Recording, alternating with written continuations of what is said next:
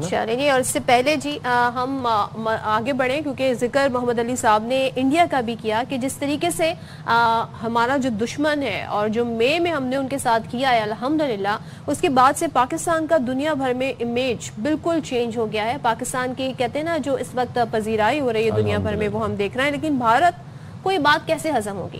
بھارت کی جو مضموم مقاصد ہیں اس کے ڈیفرنٹ طریقے جاری ہیں اور اس کا ہم نے کل ایک کہتے ہیں نا اس کی مثال بھی دیکھی کہ بھارتی پراکسی یعنی کہ فتنۃ الخوارج کا کوئٹہ میں خودکش حملہ, اور اس خودکش حملے میں 10 افراد جاں بحق ہوئے جبکہ 30 زخمی ہوئے. ساتھ ہی جوابی کارروائی بھی ہوئی اور جوابی کارروائی میں 5 دہشت گرد مارے گئے.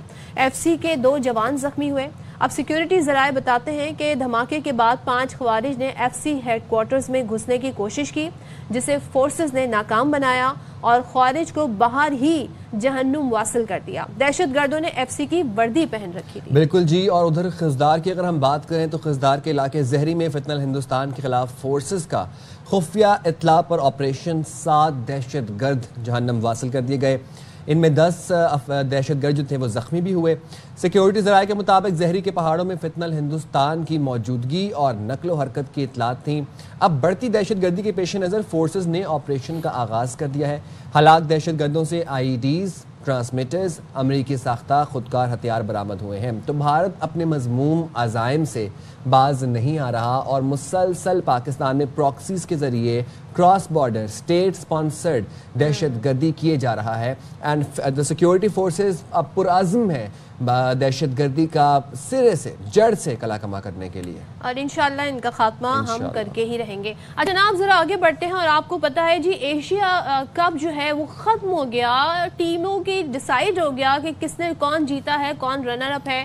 انڈیا ایشیا کپ جیت گیا ایک بار پھر, لیکن جو ٹرافی کا مسئلہ ہے وہ حل نہیں ہو رہا کیونکہ انڈین پلیئرز نے یہ کہہ دیا تھا جی کہ ہم محسن نقوی صاحب کے ہاتھوں ٹرافی نہیں لیں گے. محسن نقوی صاحب بھی ڈٹ گئے اور وہ سٹیج پہ کھڑے رہے اور یہ آئے ہی نہیں اپنی ٹرافی لینے. اب یہ رو رہے ہیں, اب اپنے گھر جا کر یہ رو رہے ہیں, منتیں کر رہے ہیں, کہہ رہے جی ہماری ٹرافی ہمیں دے دو. اور اگر میں کہتی ہوں اگر آپ نے, خیر میں آپ کو یہ مشورہ نہیں دوں گی, انڈین چینلز اگر دیکھنے کا آپ کا اتفاق ہوا وہاں پر ایک کلاؤن شو چل رہا ہے, باقاعدہ اے آئی ویڈیوز بنا کر اس پہ تبصرے ہو رہے ہیں کہ جی ایسے ہوا, یہ ہوا, وہ ہوا. حقائق سے بہت دور انڈین میڈیا اپنا پروپیگنڈا پھیلا رہا ہے. لیکن میں آپ کو یہ بتاؤں کہ ایشین کرکٹ کونسل دبئی اجلاس میں بھارتی بورڈ نے بھی اب ٹرافی کے لیے منتیں شروع کر دی ہیں اور ذرائع بتاتے ہیں کہ اجلاس میں راجیو شکلا نے کہا کہ ٹرافی دے دیجئے, جس پر صدر پی سی بی محسن نقوی نے کہا اور اے سی سی کے بھی صدر ہیں, میں 2 ٹوک جواب دیا کہ ٹرافی چاہیے تو میرے پاس آئیے. تو یہ بڑا امپورٹنٹ بیان انہوں نے کہا کہ اچھا بیسیکلی بھارتی بورڈ اس اجلاس میں منتیں کر رہا تھا کہ آپ ہمیں پلیز ہماری ٹرافی تو دے دیں, ہم نے جیتی ہے, وی وان دا ٹرافی, ہمیں ٹرافی دیجیے. تو محسن نقوی صاحب نے کہا کہ اگر آپ کو ٹرافی چاہیے نا تو آپ ذرا میرے دفتر آئیں اور میرے دفتر آ کے اپنے کیپٹن کو بھیجیں. تو سوریا کمار یادو کو آپ بھیجیں اور اسے کہیں کہ اپنی ٹرافی آ کے پک کر لے. تو ٹرافی لینے کے لیے انہوں نے کہا کہ کپتان کو اے سی سی آفس آنا پڑے گا.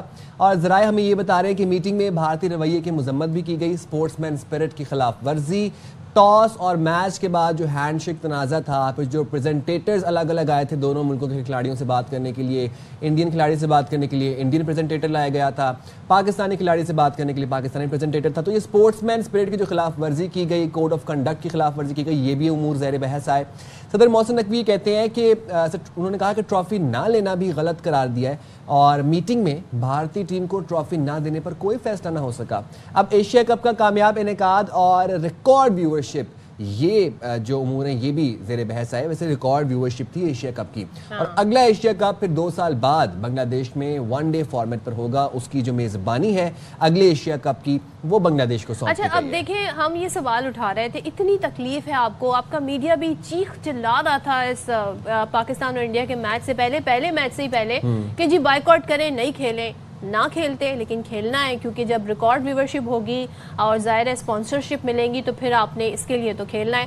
پھر یہ جو کہتے ہیں نا ہپوکریسی جو آپ کے پلیئرز شو کر رہے ہیں, اتنا پولیٹیسائز کر دیا ہے کہ آج آپ کے پلیئرز, آج آپ کا کیپٹن آج آپ کے بڑے بڑے نام ڈسکس ہو رہے ہیں کس وجہ سے؟ ان کے پولیٹیکل اسٹیٹمنٹ کی وجہ سے، ان کے اس بیہیویئر کی وجہ سے، جسے کہا جا رہا ہے جی اسپورٹس مین اسپرٹ کے بہت خلاف ہے اور بہت برا کیا ہے انہوں نے، کرکٹ میں آ کر جی سیاست کو لے کر آ گئے ہیں، اور آج ان کی ہم کھیل پر بات نہیں کر رہے ہیں، ان کی اسکلز پر ہم بات نہیں کر رہے ہیں. That's so unfortunate. اور آج آپ لوگ اپنی جیت کی بات نہیں کر رہے اپنے چینل پہ بیٹھ کے، آج آپ یہ نہیں بتا رہے کہ ہماری ٹیم کتنی اچھی ہے اور کیا کھیلتی ہے، آج آپ یہ پوچھ رہے ہیں جی ہماری ٹرافی ہمیں دے دو. تو آپ کہتے ہیں نا بڑے کھلاڑی یا بڑے انسان اپنے اخلاق سے، اپنے ظرف سے بنتے ہیں. اور آپ نے ہپوکریسی کی بات کی، ہپوکریسی تو دیکھیں بی جے پی کی روٹس میں بستی ہے، ہپوکریسی تو گودی میڈیا کی روٹس میں بستی ہے. تو گودی میڈیا کو تو سکھایا ہپوکریسی گیا ہے، جنگوازم گیا ہے، فیشزم گیا ہے، یہ 3-4 اور ایکسٹریمزم گیا ہے اور اسلاموفوبیا گیا ہے. تو پھر یہ اب تو بات نکلے گی تو بہت ہماری بات تو نہ مانے، لیکن اپنی کانگریس کی تو سن لیں، وہ کیا کہہ رہے ہیں، اپنے سابقہ کھلاڑیوں کی تو سن لیں، وہ کیا کہہ رہے ہیں. چلیں ہم جاتے ہیں چھوٹی سی بریک پہ، حاضر ہوتے ہیں بریک کے بعد. Stay right there with us.